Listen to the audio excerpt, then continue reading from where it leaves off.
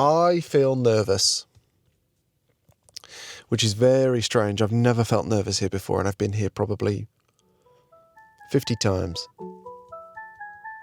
But that's good. I think that's the reason for doing this. A big thank you to Squarespace for sponsoring this week's video. If you need a website or a domain, go to squarespace.com/James for 10% off your first purchase.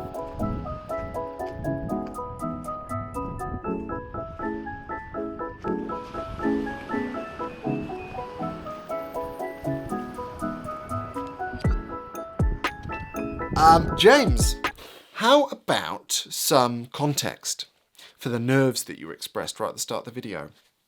Yes, that's a good idea, because I forgot to do it the other day. So let's do that now. So, about this time last year, I mentioned a couple of times on this channel that I was feeling a bit lost as a photographer. Start the violins. The reason I was feeling lost was because in late 2024, I published my book, Human Nature, which I'm trying to spy a copy of now. No idea where that's gone. Please buy my book. But I learned in the process of publishing that book that publishing books is a lot like holidays, in that you need the next one in place before this one ends in order to avoid a void. And I fell into a void after publishing my book. Again, start the violins. But yeah, I was sort of walking around with my camera, taking photographs, thinking, why am I taking these photos? You know, what are they for? Anyway, fast forward to today, and I have 3 projects in mind now, which I feel very, very excited about. It's taken me a long time to think of them, to get comfortable with them, and to develop the ideas, but here we are. And actually, I still think it's more accurate to say 2.5 projects, because one of them is not quite fully formed. And I'm going to park that one and another one and just talk about one today. And it's the one that I'm starting today in this video. Hence the nerves.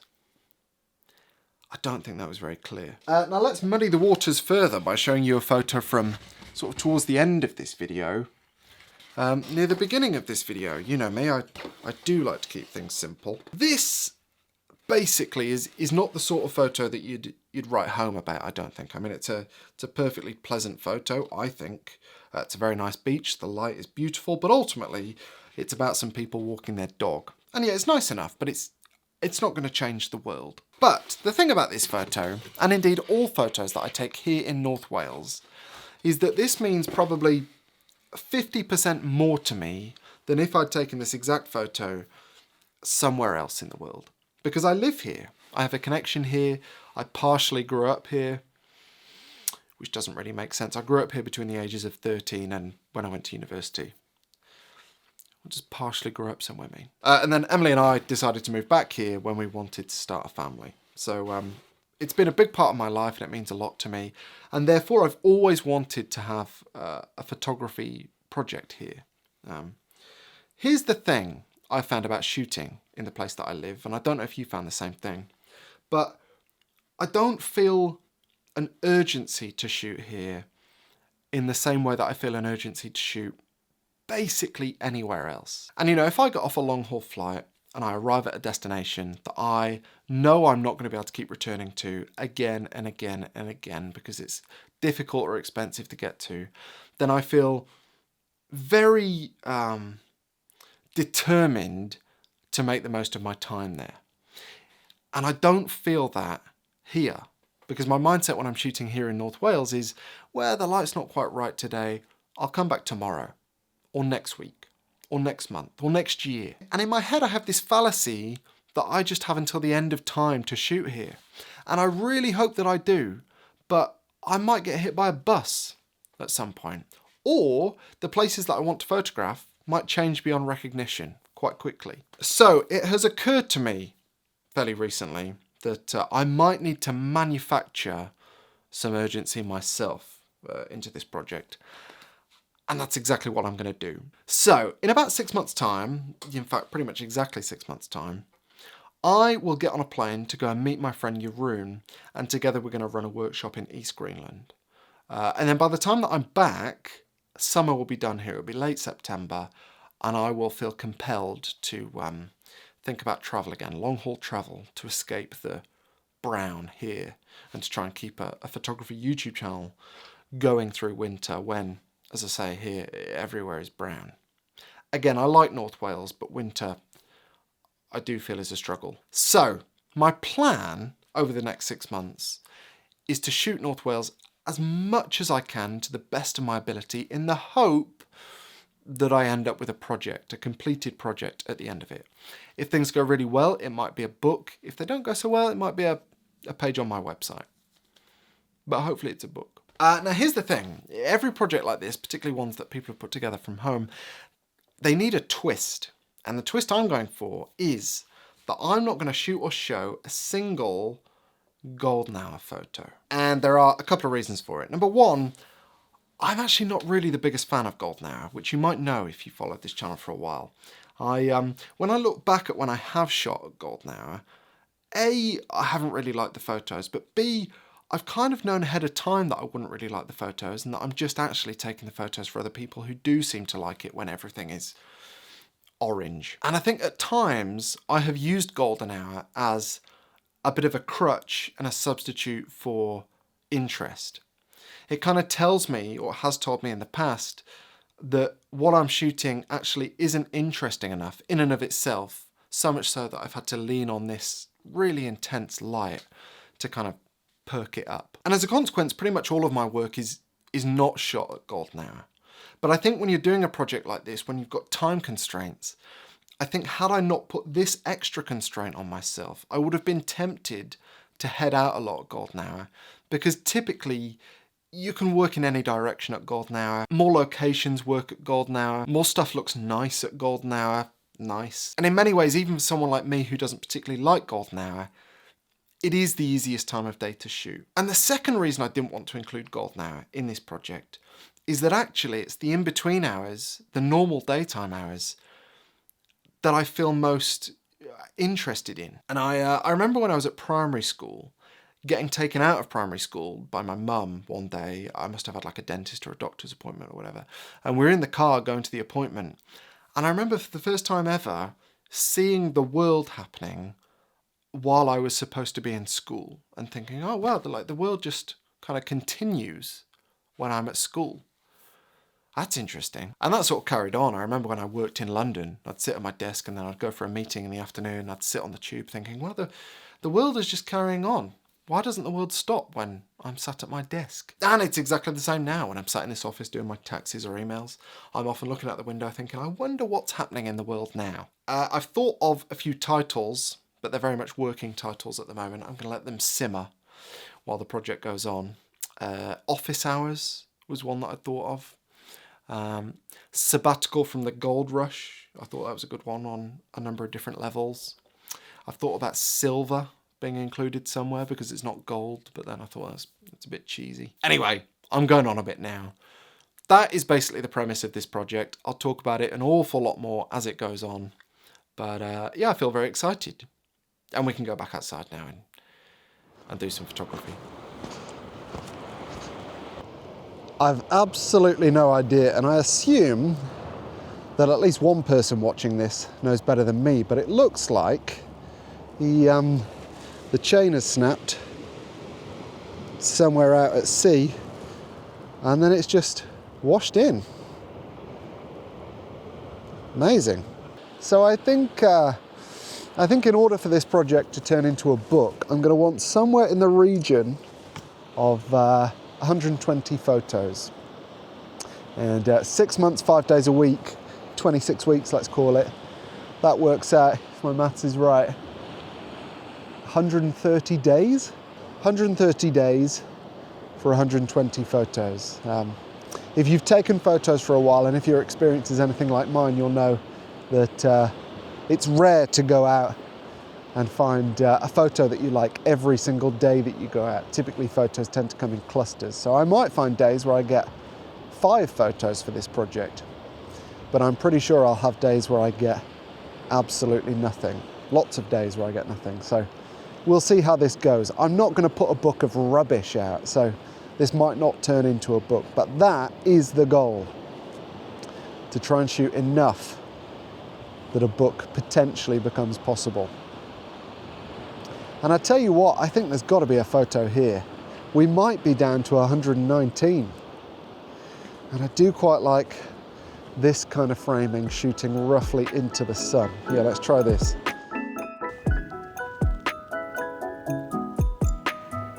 The problem is that, of course, it's not really 130 days. In the next 6 months, I've probably got about 30 days of weekday travel. So that knocks us down to about 100 days, let's call it. And then, not every day is like this. Not every day here in North Wales is a photography day. Some days it's sideways rain, and I don't like photos typically that are taken on days where it's raining sideways. So not every day is going to be a shooting day, and I'll use those days to, I don't know, do my emails, edit videos, do business stuff. But I think that, together with life, kids being ill, stuff like that, I reckon there's a good chance I've got about 50 days to shoot this project. So what's that? 2 or 3 images a day on average. But so far so good. We're about an hour in and I feel like I've got a photo. So let's push on. I'm wearing a backpack today, and it's been a while since I've had a backpack with me for photography. It's not got any photography stuff in it. It's just that whenever I come here to Newborough, I feel like I need more snacks. So it's just got snacks in it. Right, well, I'm all snacked up and very pleased to be back here on Llandudno Island for the millionth time on this channel. I've got a bit of a dilemma though. My plan was to basically stay here all day and shoot until the very start of golden hour, which today is at dead on 5 p.m. So that was the plan, but that sea buoy, or buoy for the Americans among you, I don't know why you pronounce it like that. Do you say buoyant for the word buoyant? Maybe you do. I digress. That is quite interesting, I think. It's very human nature, and I don't know how long it's going to be there, and I'd quite like to stay there and see how the light develops and see what I can get there. But I'm also conscious that this is basically the lowest the sun is going to be for the entirety of this project, and therefore I should maybe stick around here because I think this island benefits from relatively low sun positions. So I don't know what to do, basically. And that's the update. I'll have a walk around and think about it. Well, it's the next day and I'm in Triada Bay, which rhymes. Very nice. Also, I've ditched my backpack today because I'm in much closer proximity to my car and therefore snacks, which feels wonderful. Anyway, yesterday afternoon, I went back to the Sea Buoy, and by the time I'd finished there, I realised I still had time to go back to the island, so I did that. But by the time I was back there, the sun was too far north for some shots, which I have got before, but wanted again for the purposes of this project. And the tide was too far out for other shots, again, shots that I've got before, but wanted for this project. So I shall have to go back there, which, to be honest, I probably would have ended up doing anyway, because I love shooting there. And I'm not too concerned about not being able to shoot in golden hour on Llandudno Island, because, I mean, it's a fantastic golden hour location, don't get me wrong. But last summer, I went there one afternoon and it was fantastic. The sea mist rolled in, it looked beautiful. So hopefully at some point through the course of this project, we get conditions like that, or maybe better than that, who knows. But yeah, I'll go back there. I'll probably come back here as well. Basically, I'm starting in some of my favorite locations because I know I'll want to return to them a few times, and therefore to give myself the chance to do that, I'm going to start in these places. Also, I'm starting on the coast, particularly in March and April, because well, until the greenery comes out, I don't think the countryside inland looks all that pleasing, to my eye at least. So makes sense to start on the coast. And to be honest, most of this project will be at the coast because I love the coast. Lambs. It's early March. They're probably in for a shock at some point. That's the spirit, James. So this morning I went to a boatyard in Bangor, and I've not been there for a few years, and it wasn't quite as photogenic as I remember it. It's very busy, and I think it would benefit from softer light, maybe an overcast day, because it's very colourful, very busy. And when you have environments like that, I find that it's useful to be able to shoot in any direction. And you can't really do that when you've got harsh light. So I shall perhaps go back there and spend maybe a couple of hours there on an overcast day. Maybe try and talk to some people as well, might get better access. So, sit rep, we've got 2.5 hours till sunset on the second day. I think the sea buoy must constitute one photo. I don't know about anything else. So I'm potentially a number of shots behind schedule already. But it's okay, there are longer days in the summer, even without golden hour.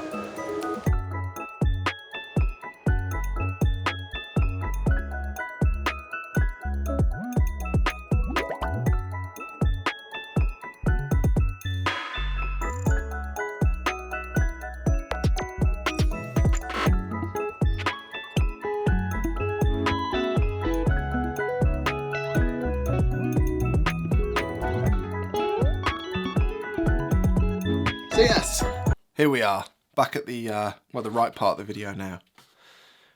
You know what I mean. And I do actually really like this photo, I do. But I like this one more, I think. I really like this scene. It's very human nature, isn't it? And I think everything within this project will still fall within the human nature category. That kind of informs everything I'll ever shoot. But I think future projects, such as this one, will just be niches within that. Yeah. I did also like the kid's coat on the sign. I mean, not literally. I obviously hope that there's not a cold child out there somewhere. But I thought it looked interesting. So yes, we're going to see how this project goes. The other projects I'm thinking about, the first one, the fully formed one, is called Adored Shores. And basically, it's going to be a long-term one. It's going to take 5, 10, 15, 20 years. It doesn't really matter how long it takes. Basically, it's going to be me photographing coastal areas that I am very fond of around the world. But as a result of needing lots of travel, it's going to take me a long time. And the other one, basically the first video clip of last year, 25, I was stood in front of a stand, a football stand at Llanroost Football Club just down the road from me. And since then, I've been back, I don't know, 15, 20 times chasing a photo, and I've got the exact conditions I want in my mind. I still haven't got them. And that's kind of unlike me. I don't tend to keep going back to the same places over and over again for a specific shot. Certainly not 15 or 20 times. So each time I've gone back there, I've kind of been wondering why I'm going back there and what it is about that scene that I'm so intrigued by. And basically in Buenos Aires in Argentina a few weeks back, I had a bit of a revelation about it, a bit of an epiphany. But I'll talk about that another time when either the idea is more fully formed or in a video where I will try and explore the idea to get it to a more fully formed place. So I'll still park that because otherwise this video will go on forever. Anyway, you can track the progress of this project photographically, obviously on this channel, but also on my website. I'm going to have a page on my website where I sort of detail the premise of the project, and then there'll be photos so far. Not very many right now, but as time goes on, hopefully they'll build up. And then we'll see if the project stays as a web page or if I have a good enough project at the end of it for a book or a zine or something. A long way away yet. Anyway, that web page sits on my Squarespace website, and a big thank you to them because they are the sponsors of this video. I've used Squarespace for many years now, probably the best part of a decade, and it's become integral to my business. It's where I promote workshops, it's where I sell books and prints and my presets, it's where I show my portfolio, it's where I send newsletters from, and I do all of that without having to know a single line of code. It's all drag and drop and very clever templates, and you can get a website very easily that looks fantastic to you with, as I say, no technical knowledge at all. And if you're a photographer looking to showcase your work online, maybe sell your work online, then I couldn't recommend Squarespace enough. And if you just want to check it out, then you can do so for free with a free trial by going to squarespace.com. And after that, if you'd like to make a purchase, just go to squarespace.com/James to get 10% off your first purchase. And a massive thank you to Squarespace for their continued support of this channel. I've literally got 3 boxes of books set. Oh. So yes, head over to my website, my Squarespace website, where you can buy a signed copy of my book. Lots of human nature images. Some from North Wales. Many not, but some from North Wales. Anyway, thanks for watching. See you soon.